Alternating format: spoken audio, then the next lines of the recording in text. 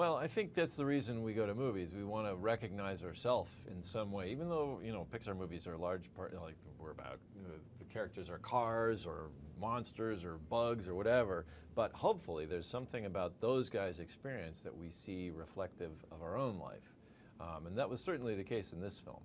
This film was really started watching my daughter grow up.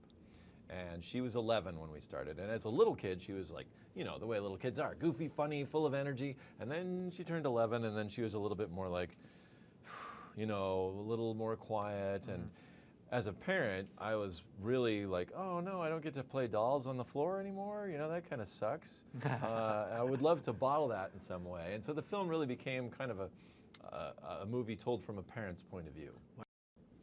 Well, Riley is an 11-year-old. She's moved from the Midwest to San Francisco. And with that, of course, comes new friends, an entire new experience, and a lot of adjustments. And that's why her emotions, who are inside her head, are there, right? They're there to kind of help you navigate through difficulty.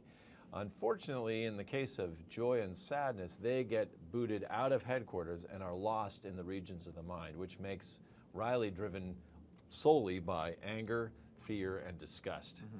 Which maybe explains a little bit about junior high school age kids, I don't know. Well, I always feel like joy is something we all want, right? We're all after. You go to the bookstore and there's tons of self-help books, finding your inner joy, finding happiness and all this. And yet life is full of difficulty. There's unexpected disappointment and loss, and that is ultimately why all these emotions that we think of as kind of negative, they're actually helpful. They have a real purpose and a reason for existing. Well, I mean, anger was probably the first guy to kind of show up in the writing and visually. He's a guy I always thought of as kind of a negative thing, like gets you into trouble, like road rage or whatever. Turns out anger is about fairness. And so if you are being taken advantage of, or you see other people being taken advantage of, anger comes up. And it's actually a big motivator in social justice. So what seems like a negative thing actually sparks people to help other people halfway around the world. That's a pretty cool thing.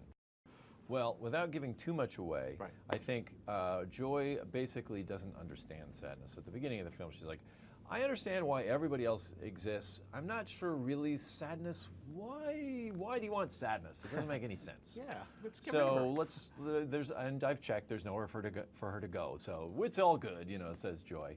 In the long run, she's stuck with sadness, and what at first is just awful. Like sadness is slow. She won't move faster. She's looking at the negative side all the time. Ultimately, she has some very important lessons to teach to Joy. And she comes to kind of fully understand what this character is all about. Yeah, I think of all the sets we've ever built, outer space, the wide reaches of the ocean, we've never built a bigger one than the mind of an 11-year-old girl. Yeah. It's vast, and my hope was in the making of the film, we get to visit a lot of really cool places, but if you look out in the vista, you realize we've only been to like 5% of what's out there. This is a vast, almost limitless space, kind of the way our minds feel. And we started by doing a lot of research and delving into like abstract thoughts and all these different processes that our minds have to comprehend the world and make sense of it. Well, it was the first thing that got us excited about it. You know, as soon as this idea kind of presented itself, it was the thing that drew me into it, that I was like, we are going to have a lot of fun. We get to take people places they'd never seen before. We get to play with things like abstract thought, which really takes advantage of what animation can do that couldn't be really done in any other medium.